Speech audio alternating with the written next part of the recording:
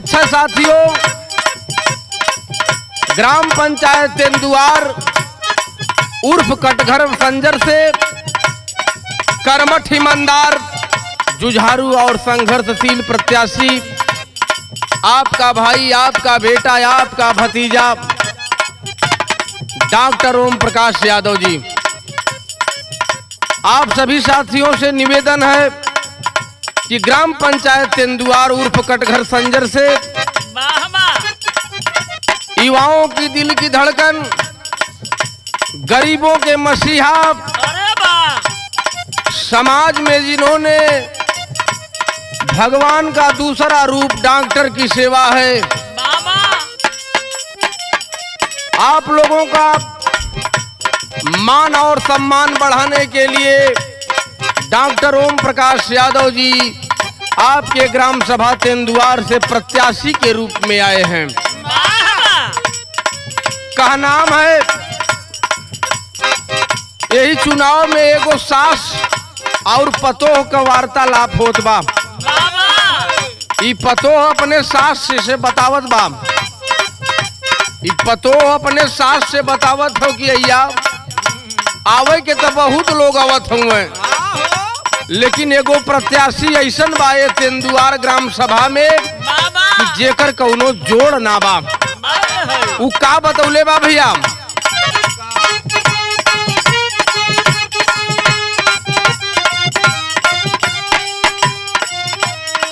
कह पतोहिया ये मोरी अय्या, कह पतोहिया ये मोरी अय्या, डॉक्टर भैया अइले हो।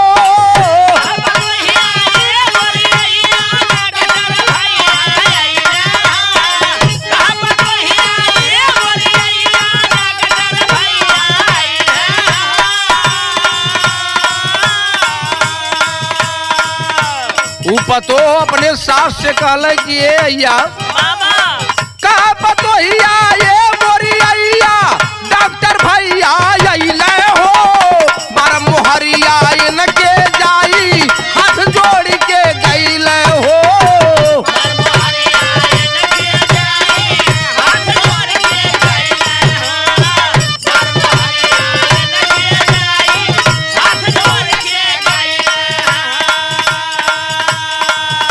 बहुत लोग दरवाजे पर आवत हुए, बड़ा आश्वासन देत हुए, बड़ी लालच देत हुए ये अय्या, लेकिन अब की बार डॉक्टर ओम प्रकाश यादव के छोड़ के केहू के निशान पर मोहर ना लगावल जाई। काहे बदे बतावत बा,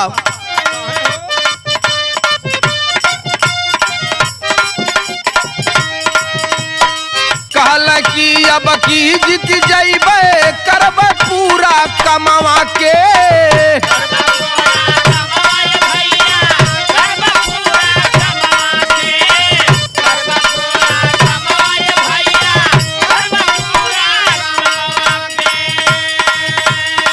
छक्का छुटी विरोधिया न कहे फिर, छक्का छुटी विरोधिया न कहे फिर, ना हिली है नमवा के।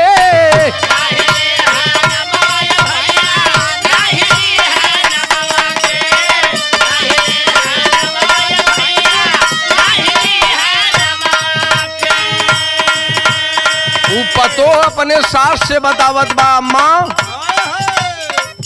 अब की जीत पक्की हो, विरोधिन का पसीना छूटत हो।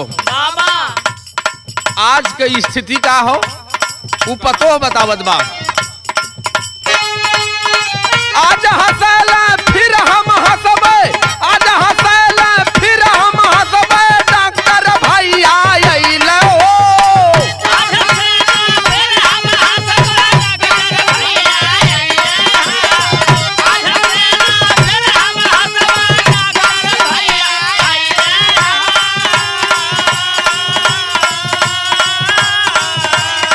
आज हंसला फिर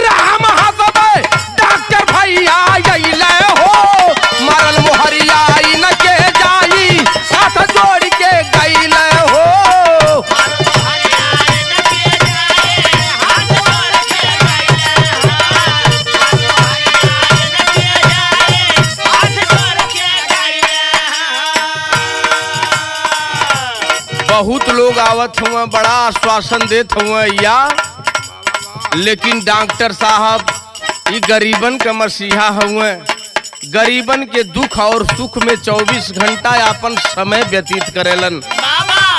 अगर शिक्षित हुए, पढ़ल लिखल हुए, छात्र नेता भी रह चुकल हुए, तो डॉक्टर साहब का मनोकामना अब की बार पूरा कैल जाई।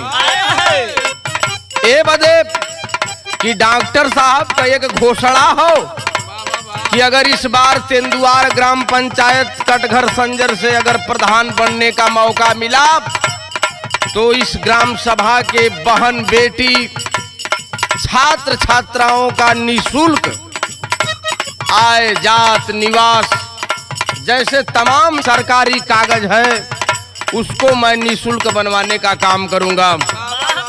अय्या अगर डॉक्टर साहब चुनाव जीत गए हैं तो आवास मिली, पेंशन मिली, रोजगार मिली, तमाम सुविधा डॉक्टर साहब द्वारा मिली। तो ऐसे डॉक्टर साहब के अब की भूले के ना बाप उनके निशान के सामने मोहर मारे के बाप उ बतावत बा पतो अपने सास से का बतौले बाबू।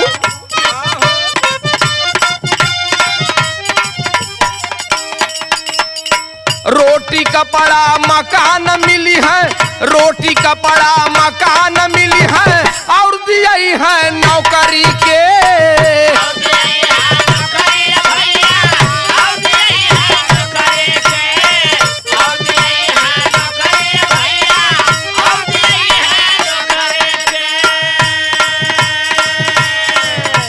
युवाओं को नौकरी दिलाने का काम डॉक्टर साहब करेंगे, गरीबों को रोटी की व्यवस्था बनाएंगे।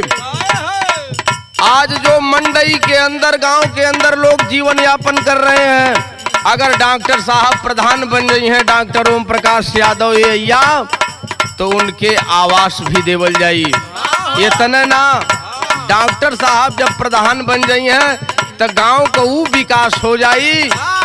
पुलिया बनवा दी है। अरे भैया पुलिया न बनवा दी है, डॉक्टर साहब प्रधान अगर हो गईलन तो ये गांव का दिशा चेंज हो जाई, दशा चेंज हो जाई। सम्मानित कैल गई है, पूरे जिला में टॉपर ग्राम सभा मानल जाई तेंदुआर। रोटी कपड़ा मकान मिली है और दिया है नौकरी के।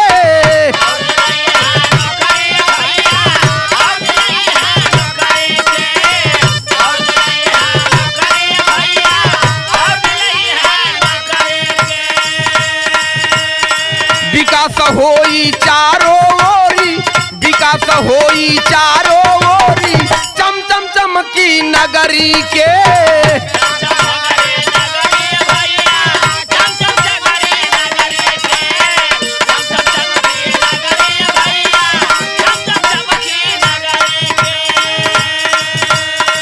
बुढ़वा और जवान कहले, बुढ़वा और जवान कहले डॉक्टर भैया अइले हो।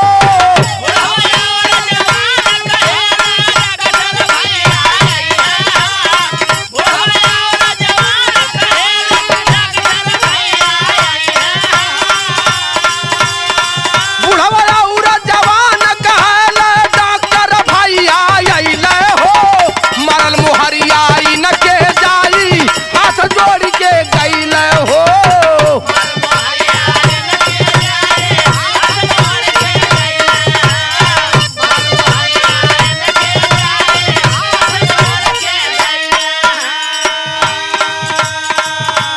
इस ग्राम सभा का तेंदुआर का चाहे बूढ़ा हो, चाहे बुजुर्ग हो, चाहे जवान हो, चाहे युवा वर्ग हो, चाहे हमारे हिंदुस्तान की धरती के कर्णधार बच्चे हों, सबकी मुखारबिन से आवाज निकल रही है कि इस बार डॉक्टर ओम प्रकाश यादव को तेंदुआर का ग्राम प्रधान बना करके जिला में एक ऐतिहासिक जीत दर्ज कराना है।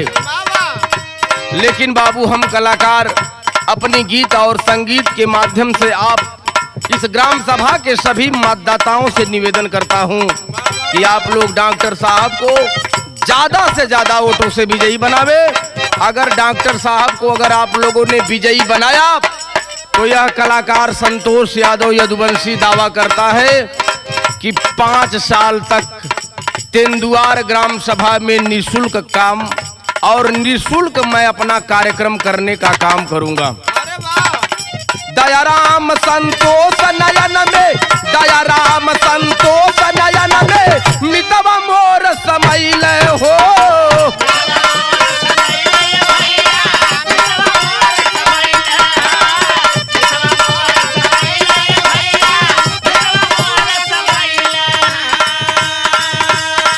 ये दावा है अगर डॉक्टर साहब तेंदुआर से प्रधान बन गए तो मैं तेंदुआर ग्राम सभा में 5 साल तक निःशुल्क कार्यक्रम दूंगा, चाहे वह गरीब के दरवाजे पर होगा, चाहे वह अमीर के दरवाजे पर होगा, चाहे किसी जात में होगा, किसी धर्म में होगा। दयाराम संतोष नयन में मितवा मोर समैल हो।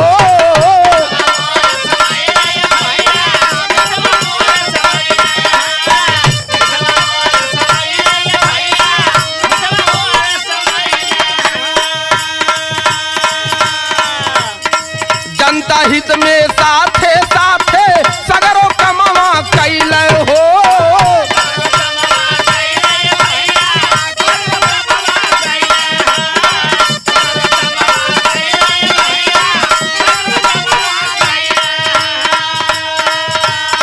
बिना के कैले पगड़ी के धैले, बिना के कैले पगड़ी के धैले डॉक्टर भैया अइले हो।